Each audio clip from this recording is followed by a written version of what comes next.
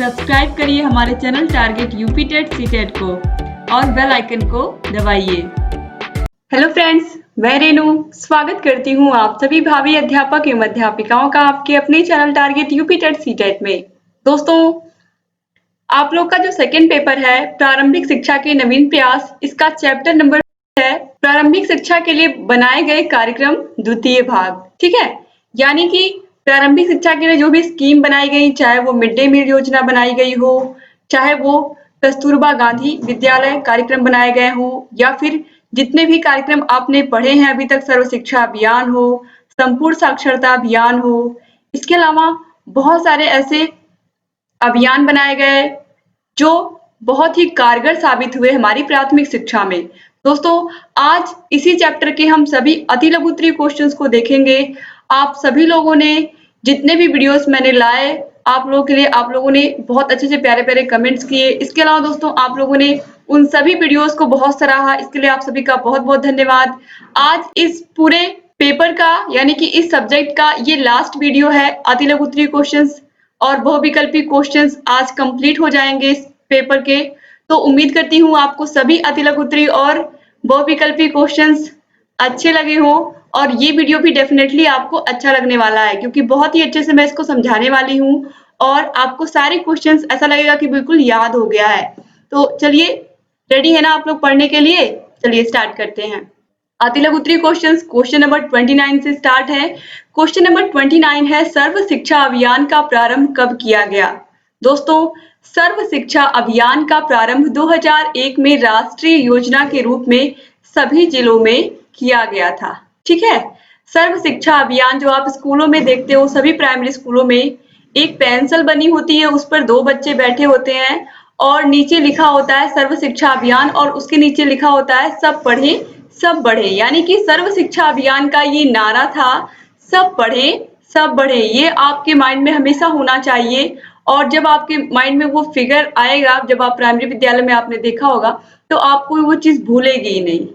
अब हम आगे बढ़ते हैं। क्वेश्चन नंबर 30 है, सर्व शिक्षा अभियान के 2 लक्ष्य लिखिए। दोस्तों, ऑब्वियस सी बात है, सर्व शिक्षा अभियान का मतलब ही यही था कि सभी बच्चों को समान रूप से शिक्षा मिले, और खासकर प्राथमिक शिक्षा की बात मैं अगर करूं तो 6 से लेकर के 14 वर्ष तक के सभी बच्चों को प्रारंभिक शिक्षा उपलब्ध हो। इसके अलावा बच्चों को प्राकृतिक वातावरण में शिक्षा प्रदान की जाए, और इसका सबसे अच्छा एग्जाम्पल आपको प्राइमरी स्कूल मिलेंगे, जहां पर बिल्कुल प्राकृतिक वातावरण में ही बच्चों को शिक्षा प्रदान की जाती है। क्योंकि प्राथमिक विद्यालय मिलने गांव में होते हैं, तो गांव में जो वातावरण होता है प्राकृतिक वातावरण होता है, और बहुत ही अच्छे से वहाँ का जो वातावरण होता है बिल्कुल शुद्ध होता है। बच्चे अच्छे से हर चीज को समझ पाते हैं, और बहुत ही अच्छे से टीचर्स भी उनको समझाते हैं, और जो वातावरण होता है वो केवल और केवल बच्चे आराम से खेलने को भी उन्हें भरपूर मिलता है, क्योंकि स्कूलों में जगह भी होती है। तो इस तरीके से जो प्राकृतिक वातावरण होता है वो बहुत ही अच्छा होता है। ठीक है,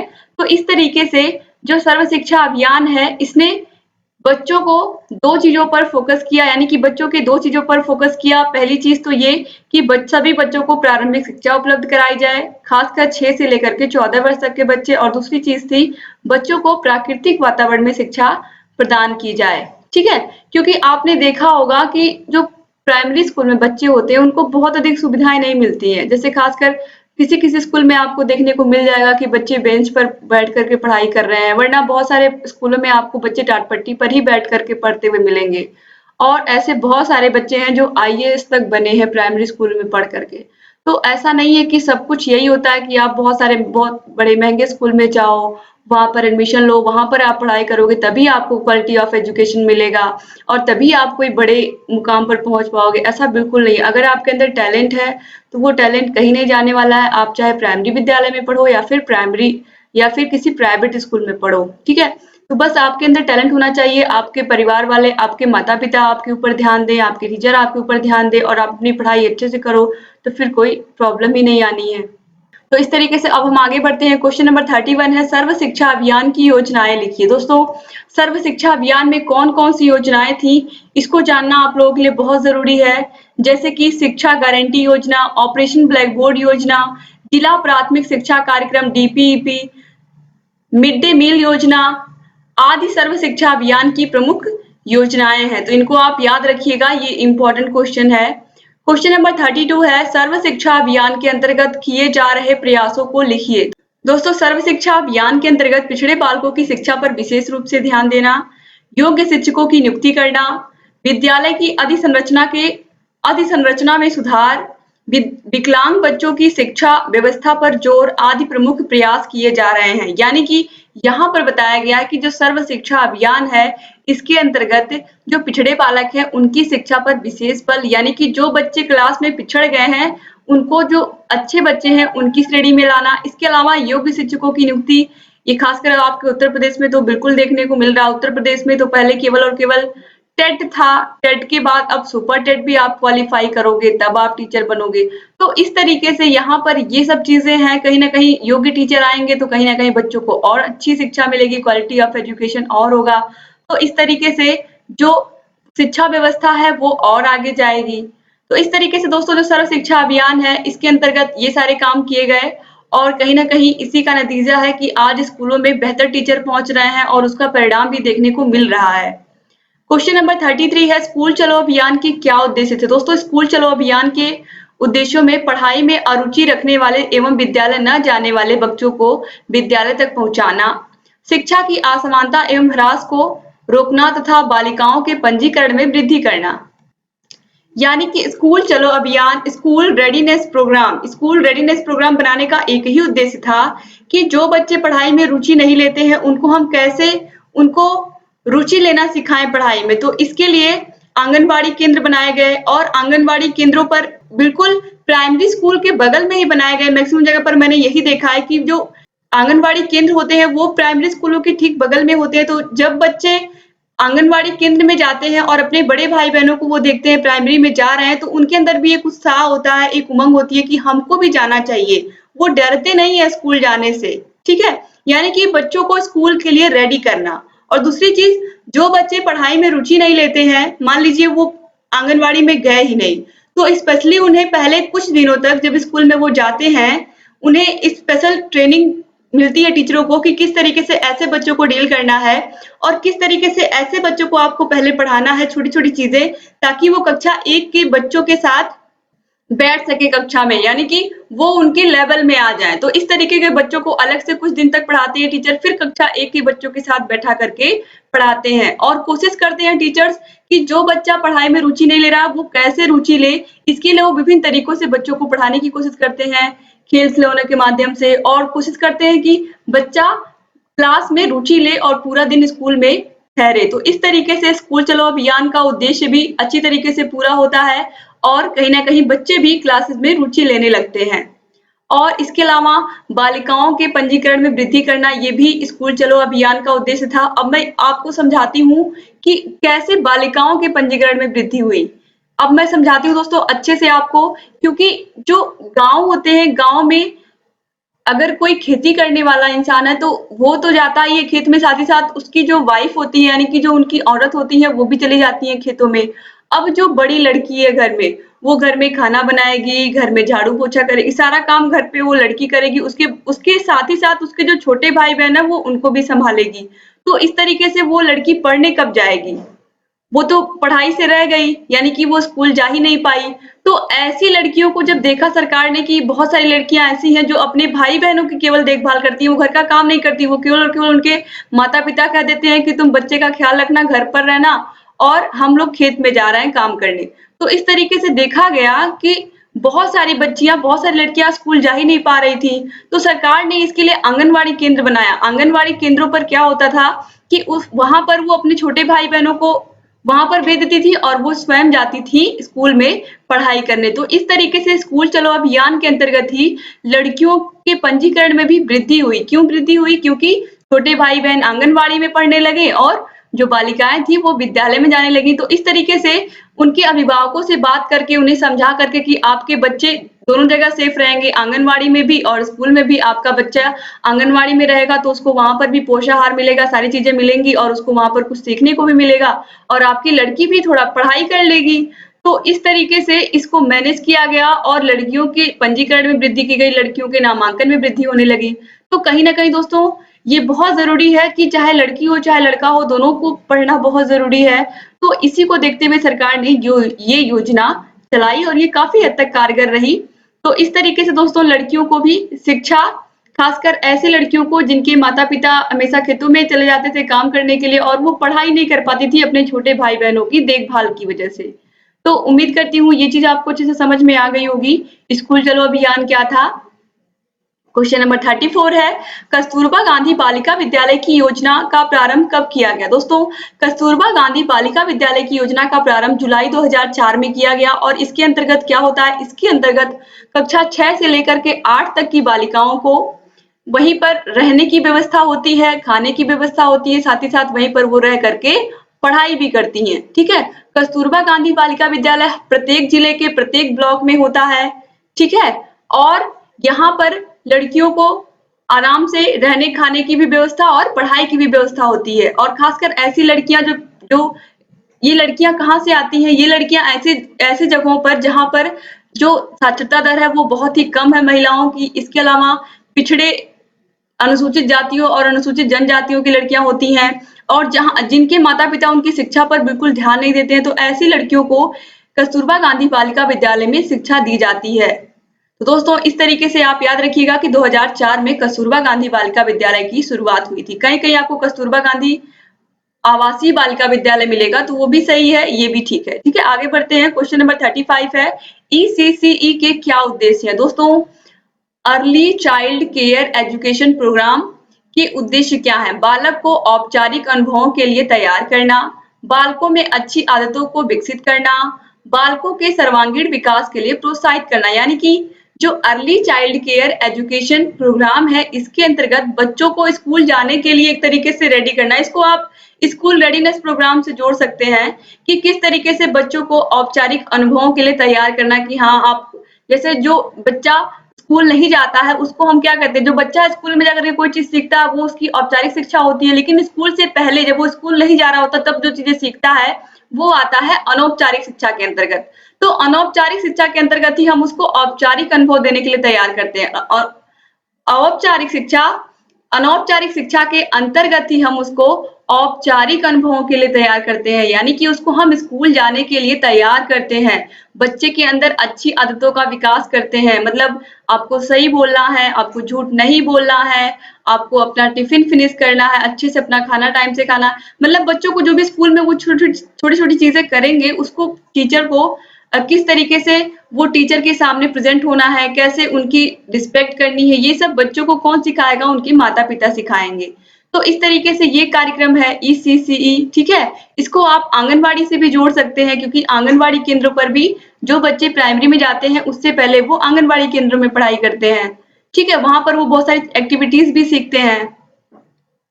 अब हम आगे बढ़ते हैं। क्वेश्चन नंबर 36 है, मिड डे मील योजना के उद्देश्य लिखिए। दोस्तों, मिड डे मील योजना एक मील का पत्थर साबित हुई है प्राइमरी विद्यालयों में, ठीक है? क्यों मील का पत्थर साबित हुई? क्योंकि जब ये योजना बनी तो इससे छात्रों की संख्या में वृद्धि हुई, ठीक है? अपव्यय और अवरोधन रुका। इसके अलावा छात्रों की नियमित उपस्थिति में भी वृद्धि हुई। क्यों वृद्धि हुई? क्योंकि जब स्कूल में ही पका पकाया अच्छा खाना मिलेगा तो बच्चे इंटरवल में घर क्यों जाएंगे? कुछ बच्चे घर चले जाते थे इंटरवल में, खाना खाने के बहाने वो स्कूल आते ही नहीं थे।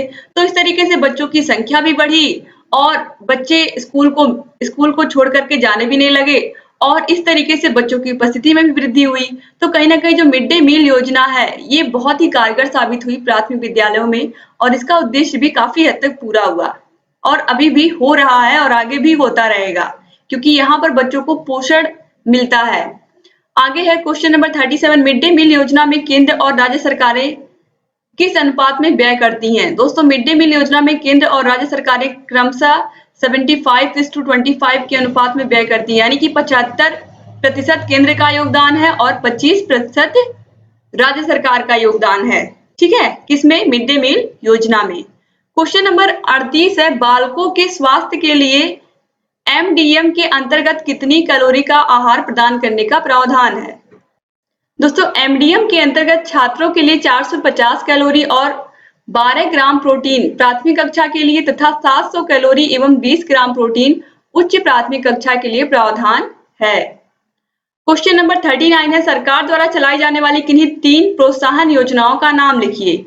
सबसे पहले है छात्रवृत्ति वितरण, इसके बाद है निःशुल्क पुस्तक वितरण, निःशुल्क यूनिफॉर्म वितरण सरकार द्वारा चलाई जाने वाली प्रमुख प्रोत्साहन योजनाएं हैं। तो इनको भी आप याद रखिएगा, क्योंकि स्कूल में निःशुल्क किताबें मिलती हैं, बच्चों को याद करने की तो जरूरत ही नहीं है। बच्चों को क्या क्या फ्री में मिलता है, बस आप ये दिमाग में बैठा लीजिए। बच्चों को किताबें मिलती हैं, बच्चों को यूनिफॉर्म मिलता है, बच्चों को बैग मिलता है, बच्चों को स्वेटर मिलता है, बच्चों को जूता मोजा मिलता है, इसके अलावा छात्रवृत्ति मिलती है। तो बस इतनी सारी चीजें आप याद रखिएगा। आसानी से ये रटने वाली चीज ही नहीं है। आपको खुद ही पता है कि प्राइमरी स्कूल में बच्चों को सारी सुविधाएं बिल्कुल निःशुल्क मिलती हैं।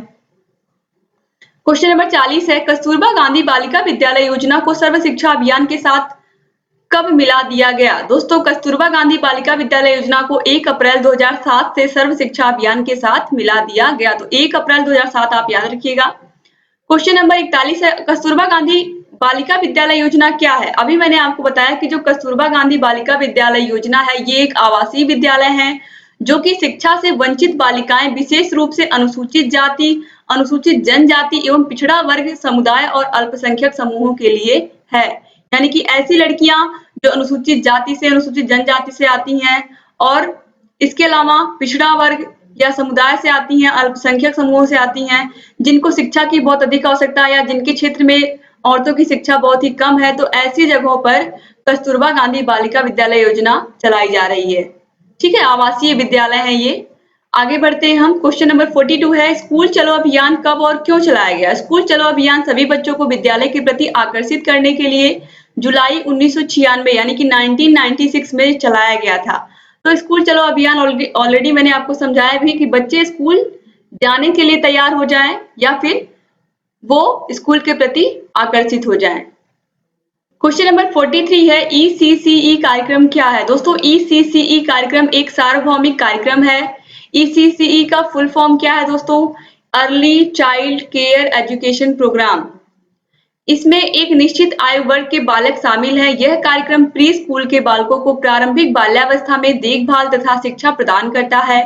इस कार्यक्रम में 3 से 5 वर्ष के बालकों को प्रवेश दिया जाता है। इस कार्यक्रम में प्रतिभाग करने के लिए राज्य को शुल्क जमा करना होता है, जिसके बदले में सभी बालकों को प्री स्कूल सुविधाएं दी जाती है। यानी कि जो 3 से 5 वर्ष के बच्चे होते हैं, इनको प्री प्राइमरी, इसको हम बोल सकते हैं कि प्री प्राइमरी की एजुकेशन दी जाती है और इस तरीके से इन बच्चों को तैयार किया जाता है स्कूल जाने के लिए। इसको आप स्कूल रेडीनेस कार्यक्रम से बिल्कुल जोड़ के देख सकते हैं, सेम वही चीज है।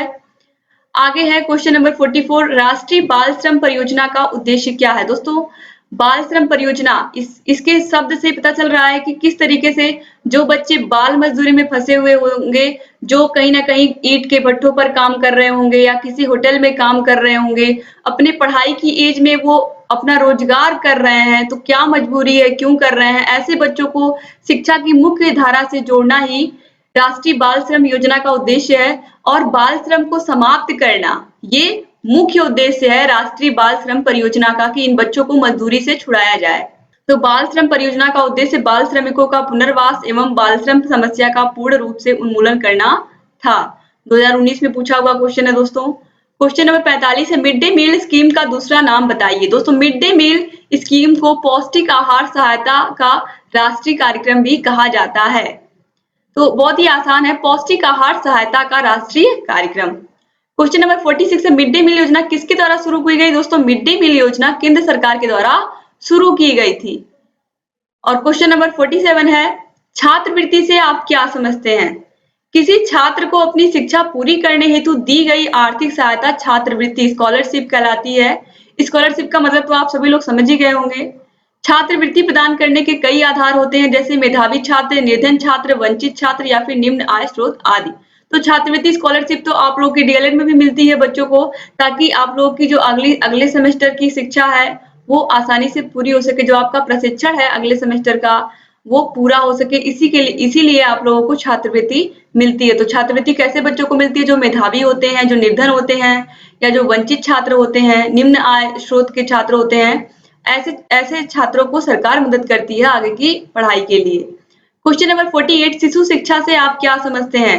शिशु शिक्षा को अंग्रेजी में नर्सरी एजुकेशन कहते हैं। नर्सरी वह स्थान है जहां पौधों का रोपण एवं उनकी देखभाल की जाती है। जिस प्रकार से नर्सरी के पौधों की देखभाल करते हैं, ठीक उसी प्रकार नन्हे शिशुओं की भी उचित देखभाल, उचित पोषण, स्वास्थ्य एवं सीखने के लिए अनुकूल वातावरण की आवश्यकता होती है। अनुकूल वातावरण मिलने पर ही बच्चों का संतुलित विकास संभव है। यानी कि जो शिशु शिक्षा है इसको हम अंग्रेजी में नर्सरी एजुकेशन कहते हैं, और जिसका मतलब क्या होता है कि जिस तरीके से पौधे को हम पानी देते हैं, उसमें खाद डालते हैं, उसकी देखभाल करते हैं रोज, तो वो धीरे-धीरे बड़ा होता है। ऐसे ही बच्चों को की भी हमें केयर करनी पड़ती है, उनके उचित पोषण यानी कि खान-पान पर ध्यान देना पड़ता है, उनका स्वास्थ्य ना खराब हो, उनको सीखने के लिए अनुकूल वातावरण मिले और वो अच्छे से ग्रो करें। तो इस तरीके से इसी को हम क्या कहते हैं, शिशु शिक्षा कहते हैं या नर्सरी कहते हैं, नर्सरी एजुकेशन। क्वेश्चन नंबर 49 है, एनपीईजीईएल का क्षेत्र बताइए। दोस्तों, NPEGEL national programme of education for girls at elementary level, इसका फुल फॉर्म है। इसका फुल फॉर्म आप जरूर याद रखिए, एग्जाम के लिए बहुत इंपॉर्टेंट है। ठीक है, अब देखिए यहाँ पर दिया हुआ है, इसका क्षेत्र क्या है, मौलिक स्तर पर बालिकाओं की शिक्षा के लिए राष्ट्रीय कार्यक्रम, ये इसका हिंदी में अर्थ है। अब देखिए इसके मुख्य क्षेत्र क्या है, राष्ट्रीय औसत से कम महिला साक्षरता तथा राष्ट्रीय औसत से अधिक लिंगानुपात एवं शैक्षिक दृष्टि से पिछड़े विकास खंड वाले क्षेत्र, इसके अलावा चयनित शहरी मलिन बस्तियों वाले क्षेत्र, यानी कि ऐसी जगह जहां पर औरतों की जो शिक्षा है, साक्षरता दर है वो बहुत ही कम है, ऐसे जगहों पर एनपीईजीईएल कार्यक्रम के माध्यम से लड़कियों को शिक्षित किया जाए, उनको कोई स्किल सिखाई जाए ताकि वो अपने लिए रोजगार ढूंढ सके, अपना जीवन अच्छे से अपनी आजीविका चला सके। क्वेश्चन नंबर 50 है, मिड डे मील योजना की शुरुआत कब की गई। ये बात मैंने कल ही आपको अच्छे से समझाई थी कि हमारा देश कब आजाद हुआ था, 15 अगस्त 1947 को। तो आप बस डेट याद रखिए 15 अगस्त, ठीक है। बाकी 1947 को आपको 1995 समझ लेना है जब आपको इस क्वेश्चन को याद रखना है, ठीक है। तो जब भी आपके दिमाग में 15 अगस्त आता है तो 1995 ही आना चाहिए। क्यों? क्योंकि 1997 तो आप कभी नहीं भूलोगे, क्योंकि आपका देश आजाद हुआ था उस दिन। तो आपको मिड डे मील योजना भी याद रखनी है। क्यों? क्योंकि आप टीचर बनने जा रहे हो, ठीक है। तो इसलिए आपको ये योजना भी याद रखनी है, क्योंकि स्कूल में रोज आपकी इस योजना से मुलाकात होगी। स्कूल में रोज खाना बनता है, मिड डे मील रेगुलर बनता है स्कूल में। तो इसलिए आपको इस योजना को हमेशा याद रखना है। तो 1995 में ये योजना शुरू की गई। किस दिन शुरू की गई? 15 अगस्त के दिन शुरू की गई, ठीक है। तो बस इतना आपको याद रखना है। क्वेश्चन नंबर 51 है, एनपीईजीईएल के घटक बताइए। दोस्तों, NPEGEL national programme of education for girls at elementary level के घटक हैं। प्रत्येक न्याय पंचायत में आदर्श क्लस्टर विद्यालय की स्थापना, सभी सुविधाओं के उपयोग हेतु क्लस्टर में सभी विद्यालयों तक पहुंच। यानी कि यहाँ पर बताया गया है कि प्रत्येक न्याय पंचायत में आदर्श क्लस्टर विद्यालय की स्थापना लड़कियों के लिए स्पेशली, ठीक है, महिलाओं के लिए, ताकि वो कुछ अच्छा कर सके, कुछ क्रिएटिव कर सके, और धीरे धीरे सभी विद्यालयों में इस सुविधा को पहुंचाना, ताकि कोई भी लड़की अशिक्षित ना रह जाए, कोई भी लड़की ऐसा ना हो जो उसको कोई स्किल ना आता हो अपनी आजीविका चलाने के लिए। तो ऐसा नहीं, सरकार ने बहुत सारी योजनाएं बनाई हैं दोस्तों, और बहुत सारी योजनाएं सफल भी हो रही हैं। क्वेश्चन नंबर 52 है, स्कूल चलो अभियान के उद्देश्य क्या है। इसका उद्देश्य बताने की आपको आवश्यकता ही नहीं, आपको खुद ही पता है कि बच्चों को स्कूल ले जाना। सबसे पहला उद्देश्य किस तरीके से हम बच्चों के अंदर रुचि पैदा करें स्कूल जाने के लिए, ठीक है। पढ़ाई में अरुचि रखने वाले एवं विद्यालय न जाने वाले बच्चों को विद्यालय तक किसी भी तरीके से हमको पहुंचाना है, और बालिकाओं के पंजीकरण में वृद्धि के प्रयास करना है। स्कूल चलो अभियान के ये दो प्रमुख उद्देश्य थे। क्वेश्चन नंबर 53 है, स्कूल चलो अभियान की उपलब्धियां बताइए। स्कूल चलो अभियान की प्रमुख उपलब्धियां हैं, बच्चों का नामांकन अधिक मात्रा में होने लगा क्योंकि लोग शिक्षा के लिए जागरूक हो गए, और इस अभियान के माध्यम से बालिकाओं का नामांकन भी तीव्र गति से होने लगा, ठीक है। तो इस तरीके से स्कूल चलो अभियान का बहुत ही अच्छा सार्थक परिणाम देखने को मिला। क्वेश्चन नंबर 54 है, ईसीसीई के उद्देश्य बताइए। दोस्तों, ईसीसीई यानी कि early child care education programme के उद्देश्य क्या है? बालक को औपचारिक अनुभवों के लिए तैयार करना और बालक में अच्छी आदतों को विकसित करना। वही चीज कि स्कूल जाने से पहले बच्चे को औपचारिक अनुभवों के लिए तैयार करना, यानी कि औपचारिक शिक्षा के लिए तैयार करना और अच्छी आदतों का बच्चे के अंदर विकास करना। क्वेश्चन नंबर 55 है, राष्ट्रीय बाल श्रमिक परियोजना के दो उद्देश्य लिखिए। दोस्तों, राष्ट्रीय बाल श्रमिक परियोजना का मुख्य उद्देश्य जो किशोर श्रमिक हैं, आप यहाँ पर देखिए बाल श्रम और किशोर श्रमिकों के रोजगार के मुद्दों पर हितधारकों और लक्षित समुदाय के बीच जागरूकता बढ़ाना। इसके अलावा बाल श्रम मॉनिटरिंग, ट्रैकिंग और रिपोर्टिंग सिस्टम का निर्माण करना। यानी कि उद्देश्य यही था कि बच्चों को, जो बच्चे पढ़ाई के एज में जाकर के कहीं पर बाल मजदूरी कर रहे हैं किसी कारण बस, उनको किस तरीके से शिक्षा की मुख्य धारा से जोड़ा जाए और ऐसे बच्चों की किस तरीके से मॉनिटरिंग की जाए, ट्रैकिंग की जाए, और ताकि ये लोग भी शिक्षा की मुख्य धारा से जुड़े और जो इनका मौलिक अधिकार है 6 से लेकर के 14 वर्ष तक के बच्चों को निःशुल्क एवं अनिवार्य शिक्षा का, वो इनको मिल सके। क्वेश्चन नंबर 56 है, ईसीसीई शब्द संक्षेप का अंग्रेजी में पूरा नाम लिखिए। दोस्तों ईसीसीई शब्द संक्षेप का अंग्रेजी में पूरा नाम ऑलरेडी मैं कई बार आपको बता चुकी, early child care education programme. ठीक है, अब आप लोग कंफ्यूज मत होइएगा, ECCE early child care education, इतना भी अगर आप लिखोगे एग्जाम में तो भी सही है, और अगर आप प्रोग्राम लगा देते हो तो ये पूरी एक स्कीम बन गई। ठीक है, क्वेश्चन नंबर 57 है, प्रथम चरण में मध्याह्न भोजन योजना प्रदेश के कितने जनपदों एवं कितने विकास खंडों में लागू की गई थी? ये क्वेश्चन इंपॉर्टेंट है, 2016 में पूछा हुआ है। तो प्रथम चरण में मध्याह्न भोजन योजना प्रदेश के 38 जनपदों में एवं 248 विकास खंडों में लागू की गई थी। अब आगे बढ़ते हैं, क्वेश्चन नंबर 58 है, कस्तूरबा गांधी आवासीय बालिका विद्यालयों की मॉनिटरिंग का क्या प्रावधान है? दोस्तों कस्तूरबा गांधी आवासीय बालिका विद्यालयों की मॉनिटरिंग राज्य स्तर पर राज्य सर्व शिक्षा समिति तथा जिला स्तर पर जिला शिक्षा समिति का संचालन एवं उनकी निगरानी का उत्तरदायित्व है। यानी कि इन विद्यालयों में लड़कियों की पढ़ाई ठीक से हो रही है कि नहीं, इसके अलावा उनको सही से भोजन मिल रहा है कि नहीं, उनको सही से रहने की व्यवस्था है कि नहीं, उनको सारी सुविधाएं दी जा रही हैं कि नहीं, इसकी मॉनिटरिंग होती है राज्य स्तर पर। राज्य सर्व शिक्षा समिति तथा जिला स्तर पर जिला शिक्षा समिति इसका मॉनिटरिंग करती है, इसकी मॉनिटरिंग करती है कि कितने सही तरीके से पढ़ाई हो रही है कि नहीं हो रही है इन स्कूलों में। ठीक है, इसीलिए इन स्कूलों में बहुत अधिक चेकिंग होती है। ठीक है, कि लड़कियों को सही से मैम लोग पढ़ा रही हैं कि नहीं, इसके अलावा उनको सही से खाना मिल रहा है कि नहीं, ये सभी चीजें चेक होती रहती हैं बराबर। क्वेश्चन नंबर 59 है, भारत में निःशुल्क तथा अनिवार्य शिक्षा की उन्नति के मार्ग में मुख्य कठिनाई क्या है? 2016 में पूछा गया है।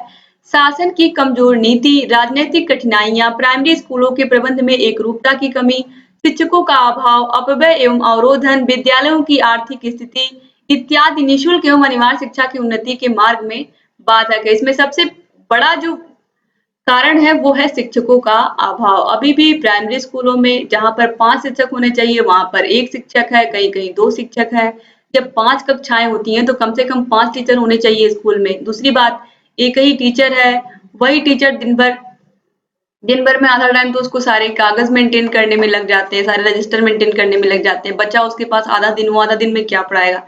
तो इस तरीके से बहुत सारी चीजें होती हैं जिनको मैनेज करके चलना होता है, और कहीं ना कहीं सरकार को इन सब चीजों पर ध्यान देना चाहिए कि जो शासन की कमजोर नीति है उसको हम थोड़ा सा कठोर बनाएं, यानी कि मजबूत बनाएं, और कोशिश करें कि सभी तरीके से बच्चों को अच्छी शिक्षा मिले। अच्छी शिक्षा तभी मिलेगी जब अच्छे शिक्षक मिलेंगे बच्चों को।